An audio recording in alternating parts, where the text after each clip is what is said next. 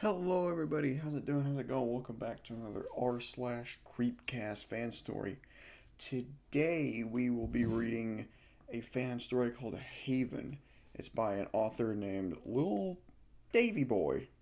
I've not read this at all. I don't know if he's written anything else. Don't worry though, I'll leave a link in the description below so you can check him out. And I don't know what else to say, so let's dive right into this digital piece of parchment. I like to explore places I'm not supposed to. Abandoned malls, schools, condemned because of asbestos poisoning, and once the St. Louis Zoo at night while on a trip with an explorer buddy. Not much to see really, and the security there is really good at their job. The reason I do it is to capture the perfect stillness. It's the beauty found in an abandoned food court. A space that was once a noisy tide of people clamoring for pretzels and smoothies. Now it's just a still hollow mausoleum of dust. And the only food being eaten is a roach that a rat happened to snag in the corner near the remnants of a Taco Bell. The silence here isn't just an absence of sound. It's a heavy breathing presence. A memory so profound it has become a living thing. A testament to the life that once filled this hollow space. The zoo happened because I just really wanted a picture of a tiger at night. Looking back, I'm not sure how I would have done that at night without a flash. There's a fair amount of risk when exploring these abandoned locations. I'm always on the lookout for security guards and homeless crackheads. The building itself could be about to crumble with age, making it sketchy to walk the different levels. But every explorer hopes for one thing: to be the first to uncover a forgotten place. It's like finding a secret. The air is different. When you step inside, you're not just crossing a threshold. You're entering into a perfect, still moment. It's strange kind of ownership.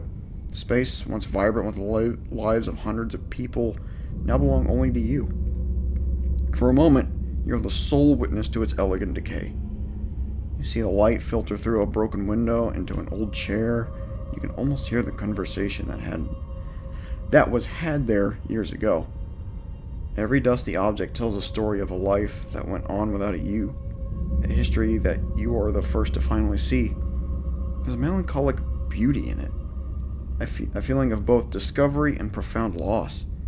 You're an archaeologist of the recent past, and this is your quiet, sacred find. Some things should never be found, though. It was a typical Wednesday afternoon. My shift at the local grocery store started at 6 a.m. and ended at 3 p.m. I left through the automatic doors, passing the same large lettering above the exit that read, "And as always, thank you for shopping with us. Bye." It was a phrase I'd seen for 3 years straight. The "Julian" on the name tag almost entirely worn off, leaving me with most of an L and the best of my handwriting and permanent marker can produce. Hall & Oates Man-Eater was playing when I came to a detour sign on my street. Frustrated, I then remembered the signs I'd seen earlier this week saying construction was starting today. I also remembered telling myself to take the back way home and not to forget. I should probably lay off the pen for a while, I mumbled to myself. I followed the detour for an obnoxious amount of time, profaning with every new orange sign I saw. I did see a mint cherry red 67 Camaro sitting in someone's driveway. So hey, upside, eventually though, a new problem emerged.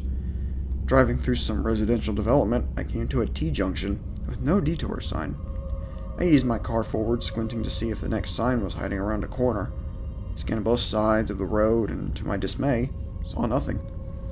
I gambled on a left turn, I'm a lefty after all, and kept my eyes peeled for that orange rectangle I'd been cursing earlier. After what felt like an eternity of signless turns, I did a U-turn, went back the way I came, and continued forward in search of the elusive sign. The detour signs had become a cruel joke. After turning back, I drove for another 10 minutes.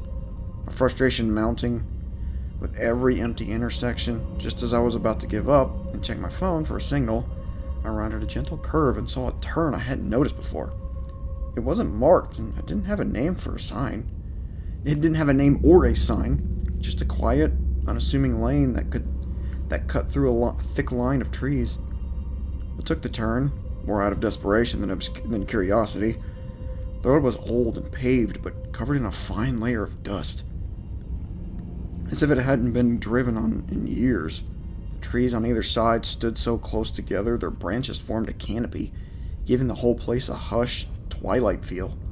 After a couple of minutes, the woods opened up and I saw it. There was a town.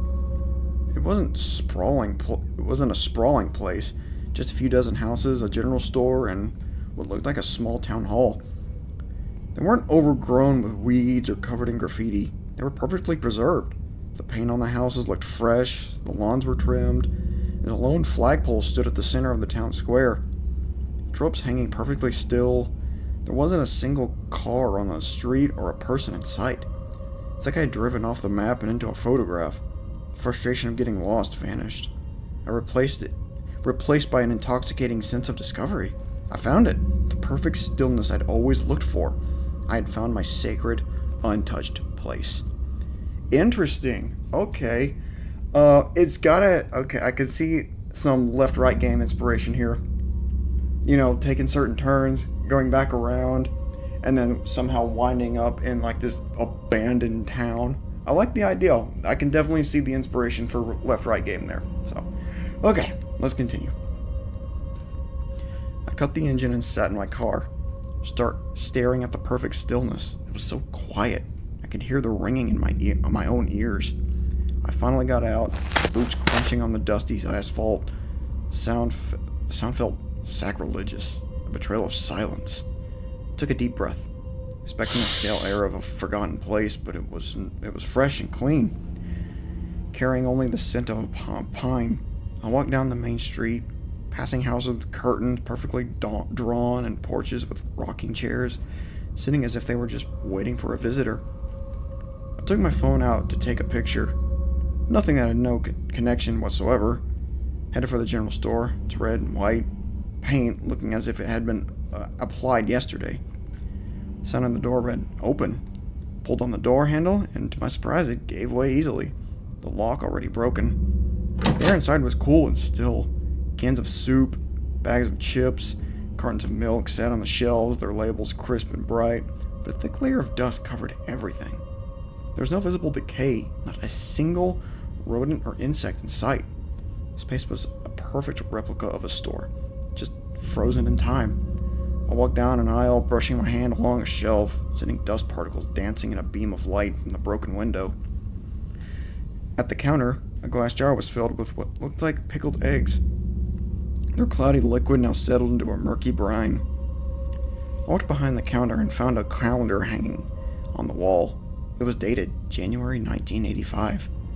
The pages were a little yellowed, but otherwise perfect. Oddly, the last page torn off was for December 1984. Yes, before you ask, I did check the till. All that was there was a couple oxidized pennies and a few rotted throw rubber bands. After the general store, I wandered deeper into the town. My senses of wonder were only growing. The streets were perfectly clean, a testament to a forgotten time when someone must have cared a lot about this place. I walked a block further and found this town's school. A small brick building with a playground out front. A red kickball sat in the middle of a perfectly preserved 4-square court, as if it had been abandoned mid-game. I pushed open the unlocked door. Inside, there was air. The air was heavy. Oh my gosh. The air was heavy with the smell of old paper and wood. In one classroom, I found a chalkboard with a single perfectly written phrase in chalk. Final exam. The desks were all in neat rows, and one of them was a half-finished essay about the State of the Union, dated 1984. The coolest find, though, was the movie theater. The marquee above the door was blank, and the posters in the display cases were vivid and bright, advertising movies in the 80s that I knew by heart. The box office window was open, and I stepped through into the lobby. A popcorn machine sat silent behind the counter, a single unpopped kernel resting on the dusty surface. I walked into the main auditorium, my footsteps echoing in the dark. The seats were worn, but unbroken. I made my way into the front and looked up at the screen. That's when I felt it. A sudden, deep chill ran through me, as if a window had just opened in the dead of winter. But there was no open windows. I also heard a faint, low-pitched hum, So faint, I thought it was just the ringing in my ears. I dismissed it as a power line or something outside, but the feeling lingered. A subtle prick on the back of my neck. I quickly took a picture of the dusty theater before heading out into the afternoon light. I drove out of the town the same way I came in. My phone pinged with multiple notifications as it connected back to life. I checked the time. It was now 9 p.m., but that can't be possible. I only drove for an hour, and I was in town for 2 hours max. So the latest it should be is around 6 p.m. I chalked it up to time moving fast while having fun, and carried on home. That wasn't it, though. I saw the same Camaro from earlier, but the detour signs were all gone. Even the signs near my work that led me to the town were gone too, as if they were never there in the first place. I got home, and the first thing I did was call my best friend and fellow urban explorer Luke. "Dude, you're not going to believe what just happened to me," I said, my voice shaking with a mix of excitement and disbelief. It's an entire town, completely preserved, like a perfect time capsule from the 80s. No one's been there, no graffiti, nothing. You would have loved it.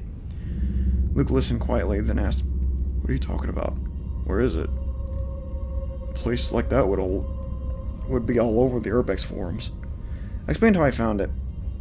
The strange detour signs that vanished, the road that appeared out of nowhere. Luke was silent for a moment before saying, "Wait, what? What detour? What are you talking about? I didn't see any construction when I passed by your house today." I told him I'd show him the pictures I took. I pulled out my phone's camera roll and scrolled through the photos, but nothing was there. The photos of the town, the school, and the movie theater were all gone, being replaced by blurry, corrupted files. I kept scrolling, more and more frantic, but they were all just static. "Dude, are you alright?" Luke's voice was filled with concern. "You sound really out of it. Maybe you had a few too many pin rips." I told him I was fine and hung up. I sat there in silence, staring at my blank screen. I woke up the next morning and immediately called in sick to the grocery store. I had a mission, and no amount of responsibility was going to take me from it. Pulling up Google Maps on my laptop, I retraced my path from yesterday. Following the exact route the detour took me, the roads were all there, just as I remembered, but there was no turnoff, no road leading to the town. Frustrated, I pulled up my town's history. I found out it was incorporated from land once owned by a millionaire named Joseph Leary, who died in 1890, while trying to haul a load of lumber to build some sort of safari park in the Midwest. The land was eventually settled in 2000 after being sold from Leary's descendants, but there was no mention of any other towns or settlements nearby. Before I could find more answers, my phone lit up with a call from Luke. "Feeling better, buddy?" He asked, his voice thick and with the mock concern of disappointment. His voice thick with the mock concern of a disappointed parent.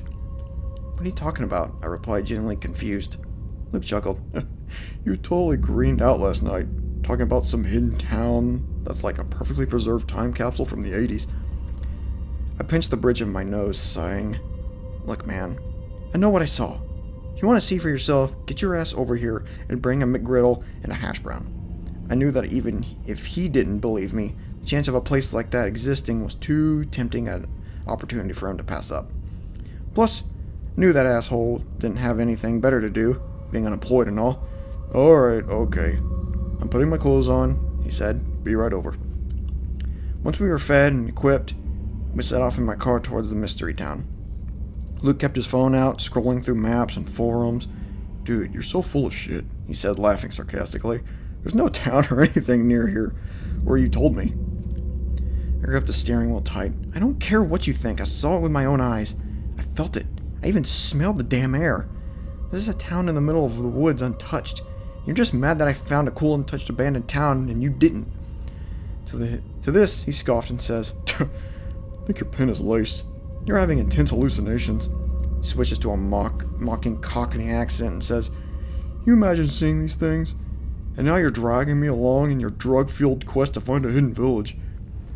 I pressed the brakes, suddenly causing him to jolt forward in his seat, his seatbelt catching him and whipping his own head. His iced coffee spilled partially on his stomach and on his pants. You asshole! He shrieked frantically, whipping away the light brown droplets from his shirt and crotch, while I belly laughed in the driver's seat. After Luke finished wiping up his spilled coffee, his mood soured. The rest of the drive was quiet, save for his quiet curses and the sound of the car stereo. I kept my eyes peeled for the turnoff. To my relief, there it was, that same unassuming lane cutting into the woods. Turned onto the road, and Luke's head immediately snapped up from his phone. "Hold on, man," said his voice dropping an octave. "This road isn't on the GPS." "I told you!" I exclaimed as I turned the unexpected road. "You need to learn to trust..." He cut me off before I could gloat. "This road looks almost brand new," he stated with a puzzled look. He was right. The dirt road was free of any roots or tire marks, almost perfectly clean, as if it had been leveled a few hours ago. We drove for another few minutes before the car's engine began to sputter and die. The dashboard lights flickered once and then went dark. Tried to turn the key again, but all I got was a single, helpless click.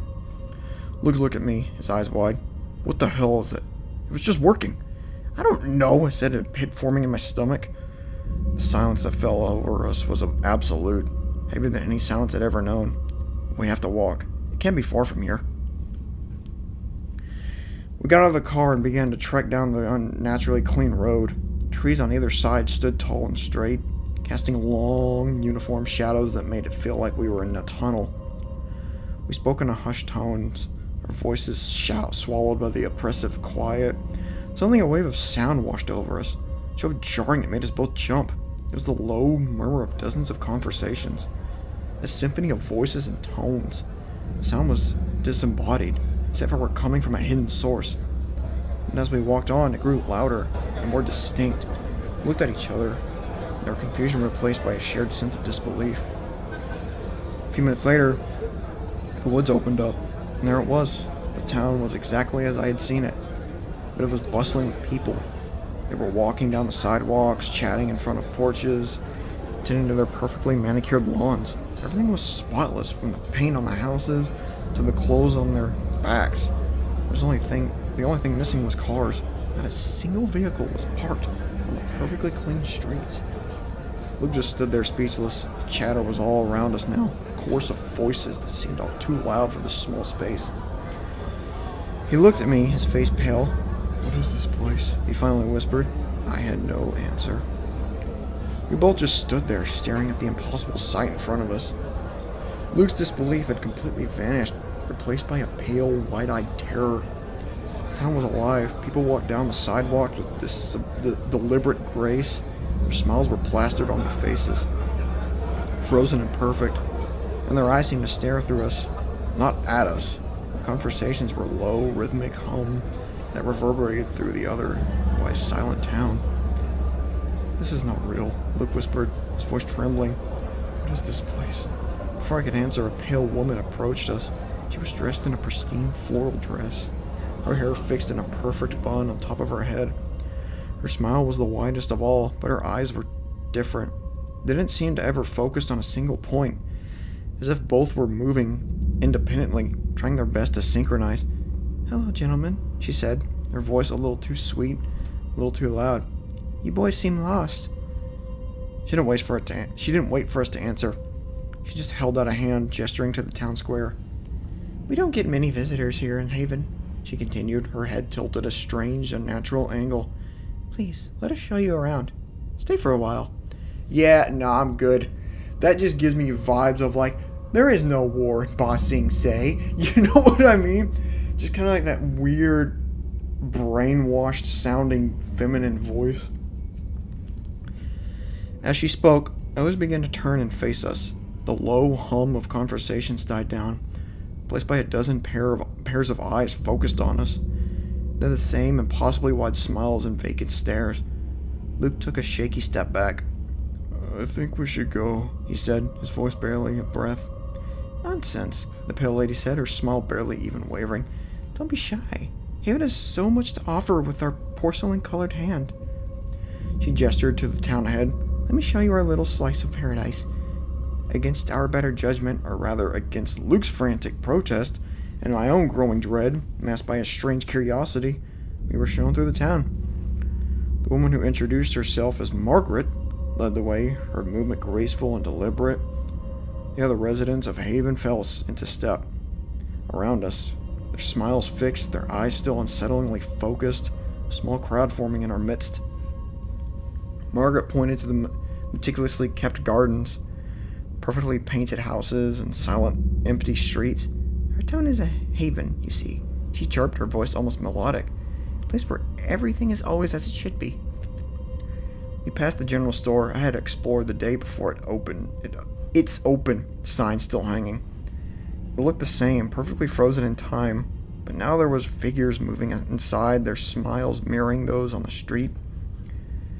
They paused their silent restocking of shelves and hushed transactions to watch us pass. Next, we walked by the school. The red kickball in our 4-square court was being tossed around by 4 children.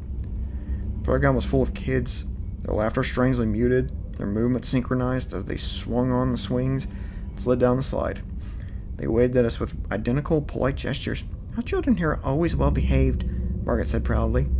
They understand the importance of harmony. The whole time, the low hum of conversation persisted, a background drone to Margaret's cheerful narration. It was the sound of many voices saying nothing of substance. A constant stream of random greetings and nonsensical rambling. Luke kept trying to pull me away, whispering frantic pleas to escape, but the silent, smiling crowd hemmed us in, her presence a gentle but incapable barrier. See, Margaret said, stopping in the town square, where the flagpole stood motionless. Isn't it lovely? Does it feel peaceful? I had to admit, there was a strange sort of beauty of the stillness, a visual perfection that was undeniably captivating. But beneath the surface, a deep unease churned in my stomach. It was too perfect, too quiet, too controlled. Where are the cars? Luke blurted out, his voice cracking with tension. Wasn't anyone driving? Margaret simply smiled, her unfocused eyes drifting past him. We have no need for such things in Haven. We have everything we need right here, don't we, Julian? She said as her eyes tried to meet mine. The woman's smile didn't waver, but her words felt like a key turning in a lock. Luke grabbed my arm, his grip like a vice. Julian, we have to go now.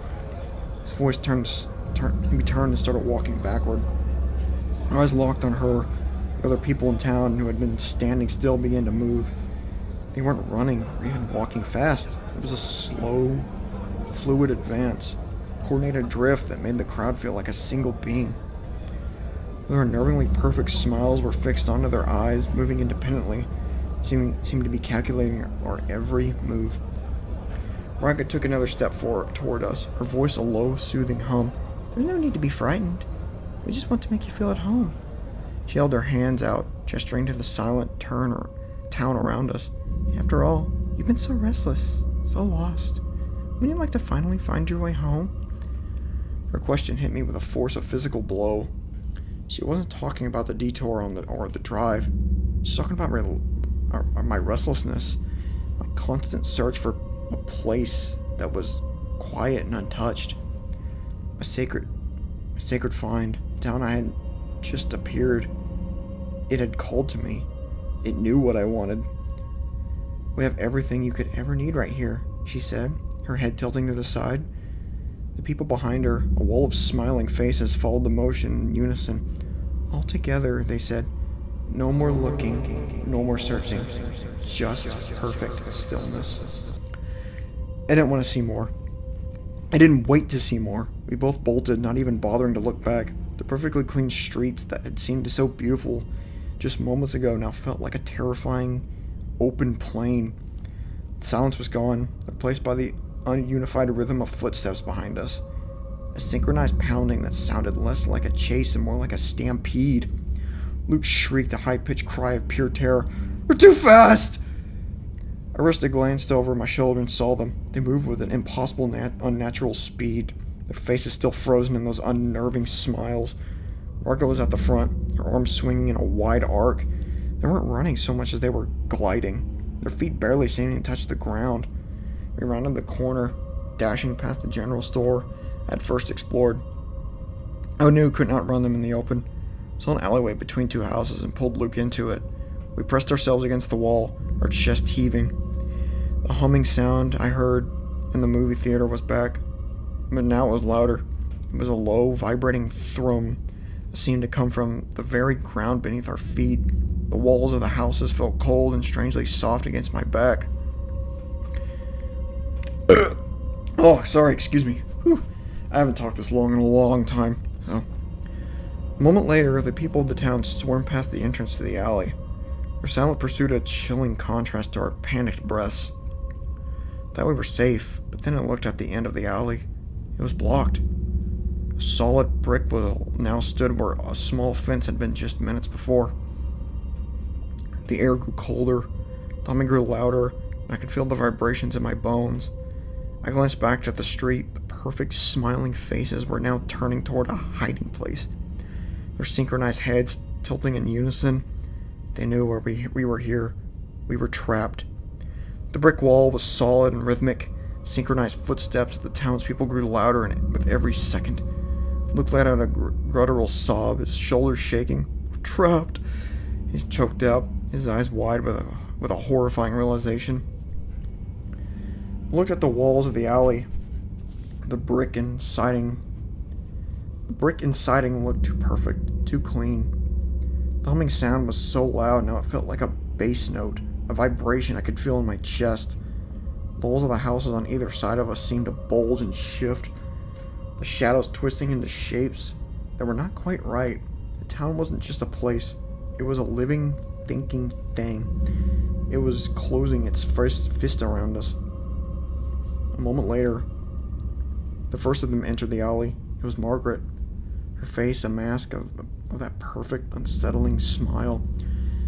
She was followed by a dozen more. They didn't run at us. They simply walked, their heads tilted in unison, their eyes I'm sorry, please forgive the dog in the background.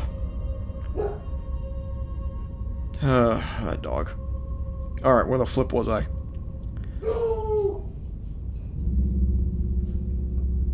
Their eyes unmoored and staring past us. Luke and I braced ourselves, but their movements were unnervingly gentle.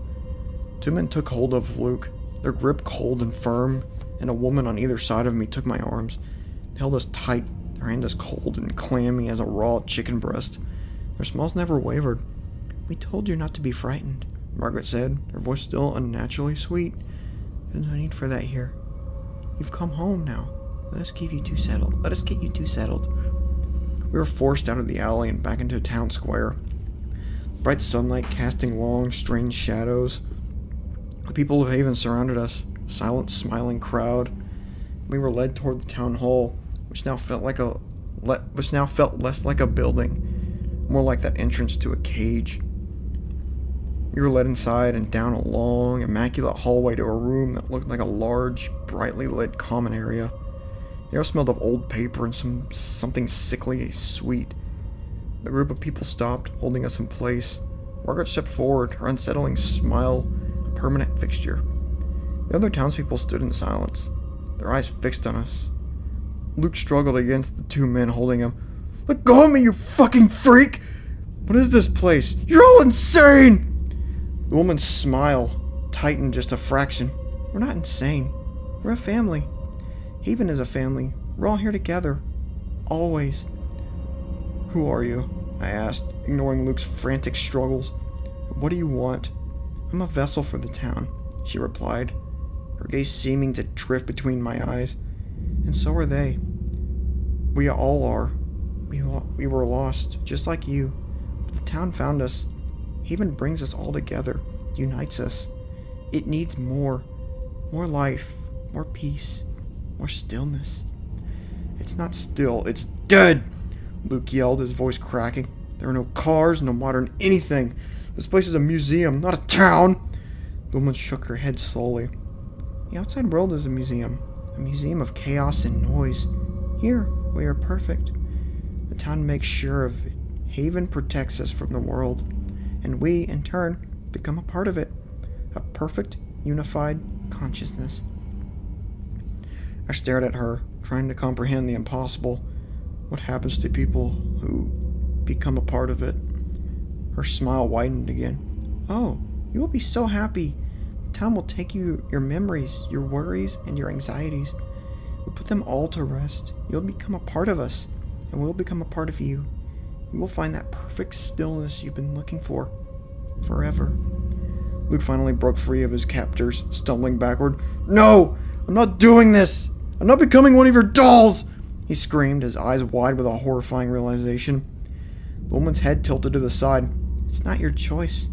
Haven is hungry, and you are here now. It will take what it wants, and you will give it willingly. You will be one of us." She spoke. The people behind us began to move, their bodies swaying in a low, hypnotic rhythm. The humming sound was back, louder than ever. It was coming from all of them at once, a collective vibration that echoed the woman's words and seemed to fill the room with a palpable sense of dread. The humming was a growing pressure, a low, resonant drone that felt like a sound wave and a physical touch all at once. My mind screamed in protest, but I couldn't tear my eyes from Margaret's. "You've been searching for it your whole life, Julian," she said, her voice cutting through the noise. "The quiet, the stillness, it's the only thing you've ever really wanted." Her smile widened. "Did you really think it was a detour that brought you here? An accident? Oh, my dear boy, the signs you followed, they were never real. Haven simply gave you what you were looking for. We saw your desire, your need for stillness, and we showed you the way." A cold, sick feeling washed over me, a greater terror than any chase. The town hadn't just appeared, it had created a path for me. A suggestion whispered into my mind until it became a reality. It lured me here, knowing I would be the perfect specimen. "Why me?" I choked out a desperate plea. "How could you have known?" The woman's head tilted. "The stillness you seek, the peace you crave, it's all an escape. A place to run from the noise that shaped you. A place to hide from the screams, from the slamming doors, from the angry shouts that followed you from childhood. You spent your life hiding in closets, Julian, just to find a single moment of quiet. That's why you explore abandoned places. You weren't looking for history. You were looking for a place you could never find you. You were looking for a place he could never find you." Luke lunged at her, screaming, "Get away from him, you crazy bitch!" But before he could reach her, the people around us moved as one, their arms like perfectly synchronized pistons. They grabbed Luke and dragged him away, his frantic cries swallowed by the humming. I tried to turn, to fight, but the two people holding me were unnaturally strong. They began to pull me, their cold hands unyielding as they led me deeper into the building. The walls began to pulse and the floor felt soft beneath my feet. We were no longer on solid ground. We were descending. The air grew heavy, thick with the scent of pine and something else. Something metallic and sweet. We were in a vast, echoing space. It was not a building or a room, but a cavernous, dark chamber. I looked up and saw that the ceiling was made of the same pulsing, organic material I glimpsed earlier, with a low, vibrating light filtering through its surface. We were in Haven's belly. The wall around us began to throb, a deep, sickening rhythm that I could feel in my bones. A thick, viscous liquid oozed from the seams, collecting in dark pools in the wet ground below. Dark veins pulsed with every move. The metallic, sweet smell intensified, and a low, resonant drone filled my head. It was the sound of the town. Not a home, but a collective biological roar. My legs went jelly. I crumbled to the ground, and the pulsing floor seemed to reach up to catch me. Its surface soft and sticky. I felt a tingling sensation spread through my skin, followed by a burning warmth that moved deep into my muscles. My body was changing. The bones in my fingers felt like they were liquefying, my muscles dissolving, and my very skin being pulled and stretched. I watched in horrified fascination as the two people holding Luke suddenly released him. He stumbled, gasping for air, and then looked down at his own hands. The skin was rippling, bubbling like water coming to a boil. His bones seemed to melt, and fingers shrinking and fusing together. His body began to contort, his limbs twisting into a grotesque, inhuman shape. He opened his mouth to scream, but no sound came out. Only a low, vibrating hum, a sound I knew was being absorbed into the very walls around us. His eyes, wide with terror for the last part of him to go before his form dissolved into a grotesque, fleshy puddle on the pulsing floor. The puddle was then absorbed, leaving nothing behind. I could feel my memories being drained from me. Not a mental act, but as a physical one. I saw my father's angry face, his mouth open in a silent scream. The image wasn't fading. It was being sucked from my mind, devouring by the buzzing presence all around me. Feeling a profound calm washed over the terror, easing the pain. I was becoming nothing. My fears, my identity, my very existence, all being taken away, washed over by a quiet that was finally, completely absolute. And I had found my perfect stillness. Wow. Good job. Alright, hold on.